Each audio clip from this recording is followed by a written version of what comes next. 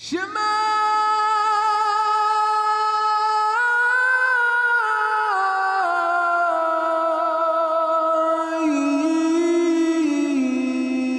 Israel. Hope you enjoy this next study. My name's Dee. This is my wife, Millie. So if you like what you see, subscribe and hit the notification bell. And if you wish to reach out to us, you can email us at devotedtoyah@gmail.com.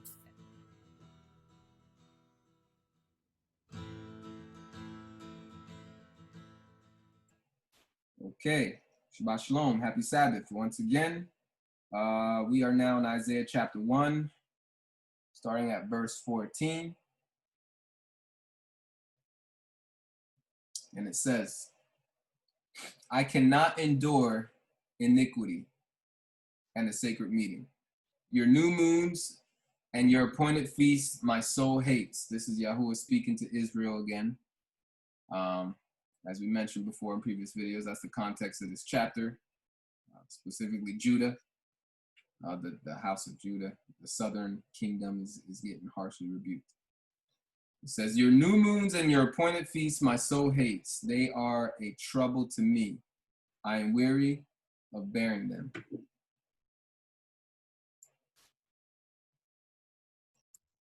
Switch my mic. When you spread out your hands, I will hide my eyes from you. So it almost sounds to me like when you stretch out your hands and ask for something like a baby, right? Goes to the parents. When you stretch out your hands and try to pray, I will hide my eyes from you. Even though you make many prayers, I will not hear. Your hands are full of blood. Wash yourselves, make yourselves clean. Put away the evil of your doings from before my eyes. Cease to do evil. Learn to do good. Seek justice. Rebuke the oppressor. Defend the fatherless and plead for the widow. Those are the verses that we're going to go over today. Verses 14 to 17. So let's start with verses 14 and 15. What we wanted to highlight was your new moons, appointed feasts, my soul hates, they are trouble to me. When you spread out your hand. Verse 15 really is what we're going to highlight. That your prayers are an abomination to Yahuwah when you are walking in sin and trying, you're unrepentant of certain sins, especially sins that are an abomination to Yahuwah. So we're going to do some cross references for that. Let's go to Proverbs 28, verse 9. Proverbs 28, verse 9. And it reads this. One who turns his ear from hearing the law, even his prayer is an abomination. This is essential. If Christians are listening to this right now, if you are one that you've heard teachers telling you that you don't need to follow the law of Moses, don't listen to people like me, I'm a false teacher because I'm trying to encourage you to observe the law of Moses, to try to make it part of your culture, your practice, your lifestyle, to incorporate the commands of God that are found in the Old Testament. There are many Christian teachers that will call me a heretic. They will call me an anti-Messiah, walking the anti-Messianic spirit, anti-Christ spirit, right? They would say I've fallen from grace, that I am bewitching you by making you obey the law. So they're using all this lingo that comes from the New Testament, from the epistles of Paul, mostly, really. That's really where it comes from. They use the epistles of Paul to try to tell you that you don't need to follow the law. And anybody that tells you to follow the law, they're false teachers. But that goes against the entire narrative of all of Scripture. It goes against the whole theme. It doesn't even line up. And here is the foundation here, verse 9 of Proverbs 28. It says, one who turns his ear from hearing the law, if you don't even want to listen to it, and it's not just hearing it with your ears, because the Bible actually supports, and Paul supports, that we're not to be hearers of the law only, but doers of the law. Let me share my screen. But this is where I'm at right now. Proverbs chapter 28, verse 9. One who turns his ear from hearing the law, even his prayer, is an abomination. All you have to do is on a website like Bible Gateway is hear and law, and just look up what scripture has to say about this. Look up how many passages come up. But I want to bring your attention to Romans.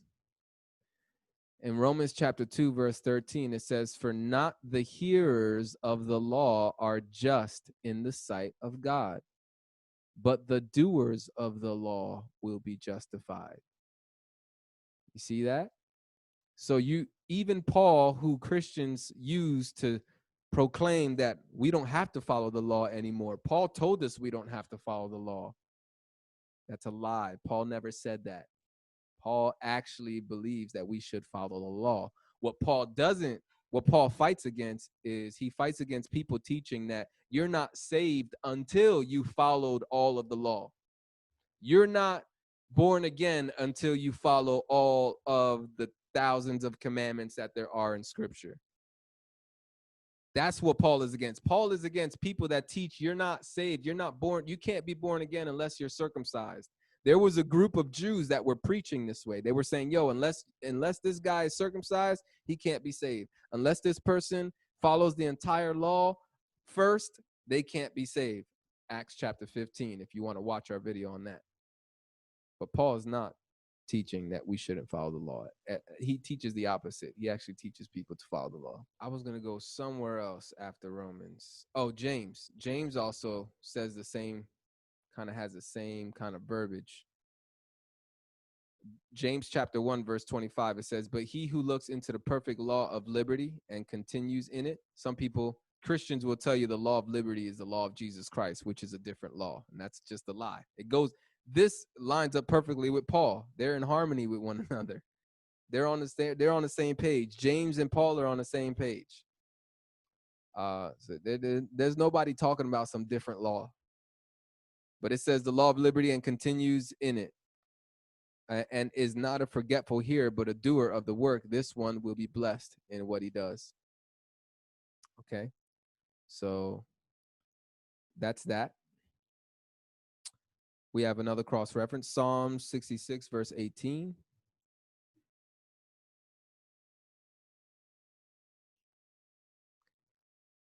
And it says, "If I regard iniquity in my heart," so if I keep sin in my heart, Yahuwah will not hear.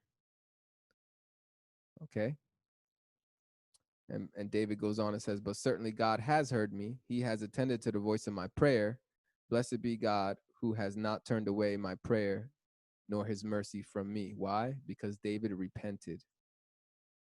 David repented of sin that he had in his heart. And he's grateful that Yahuwah forgave him and did respond to him. Zechariah 7:11.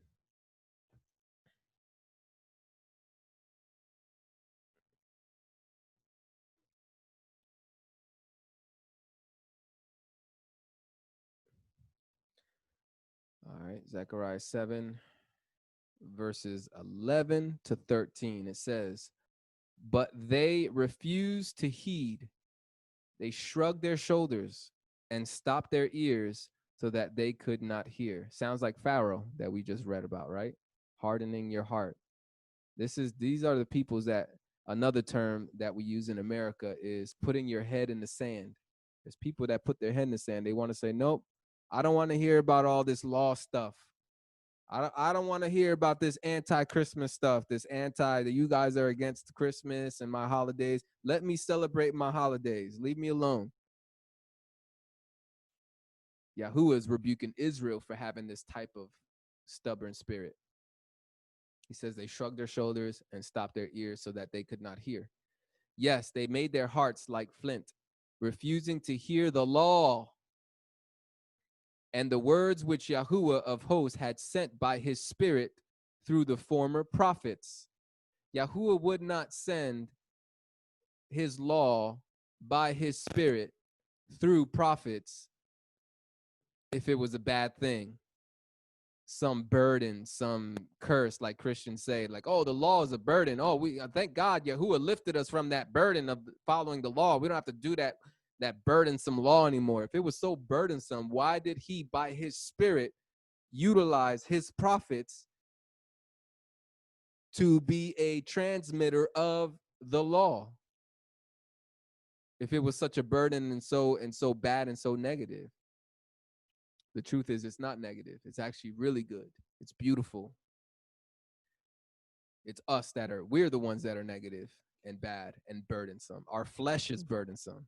Our sinful desires is burdensome. That's what holds us back. That's what weighs us down.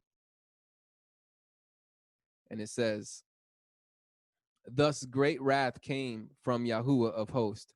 Therefore it happened that just as he proclaimed, and they would not hear, so they called out, and I would not listen, says Yahuwah of hosts. But I scattered them with a whirlwind among all the nations which they had not known. Thus the land became desolate after them, so that no one passed through or returned, for they made the pleasant land desolate. I mean, Yahuwah, to the extent, brings such severe consequences for hating and disobeying his law. Why would this be something that he changes? Something that he's so passionate about. Like I said, this is a theme of scripture. This is the theme. This is part of the narrative of the scriptures. How are you changing this once we come to Paul's letters? That doesn't make sense. Do not listen to Christian pastors or theologians or apologists who try to tell you that the law doesn't need to be followed anymore. It just doesn't line up.